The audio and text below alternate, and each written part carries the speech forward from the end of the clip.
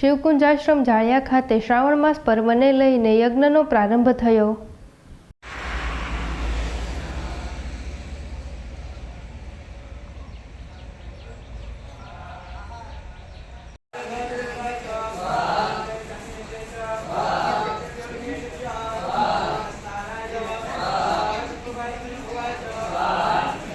वतन्याय च आदेश दीप्याय च ज्येष्ठाय च कनिष्ठाय च प्रजापरिचय च मध्य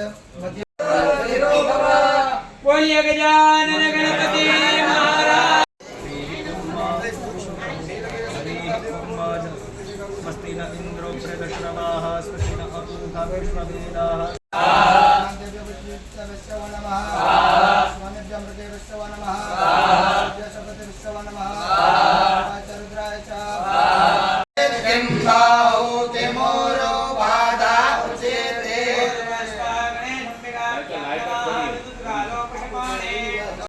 भगवते विश्वकर्मणे नमः पूजयामि नमस्करोमि।